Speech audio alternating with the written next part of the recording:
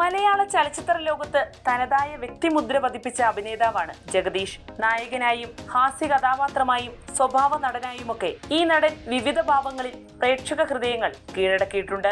1984 college അധ്യാപകനായിരുന്ന Jagdish my dear കുട്ടിച്ചാത്തനിലൂടെ വെള്ളിത്തിരയിലെത്തുന്നത്. മികച്ച നടൻ എന്നതിനൊപ്പം അദ്ദേഹം നല്ലൊരു വ്യക്തി കൂടിയാണെന്ന് പലരും അഭിപ്രായപ്പെട്ടിട്ടുണ്ട്. ഇപ്പോഴിതാ നടി വിന്ദുജ മേനോൻ താൻ അടുത്തറിഞ്ഞ ജഗദീഷിനെ കുറിച്ച് പങ്കുവച്ചിരിക്കുകയാണ്.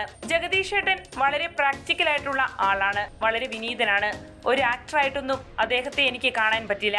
അദ്ദേഹവും എന്നെ ഒരു ആക്ടറായിട്ട് കണ്ടിട്ടില്ല.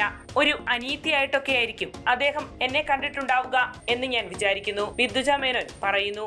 ജഗദീഷ് ഏട്ടന് പല സിനിമകളുടെ ചോയ്സും തെറ്റിയിട്ടുണ്ടെന്നും ഇഷ്ടപ്പെടാത്ത കുറെ സിനിമകൾ അദ്ദേഹം ചെയ്തിട്ടുണ്ടെന്നും എനിക്കറിയാം.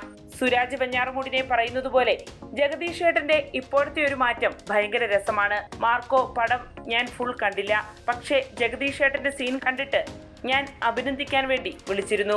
വിന്ദുജ മേനോൻ പറഞ്ഞു.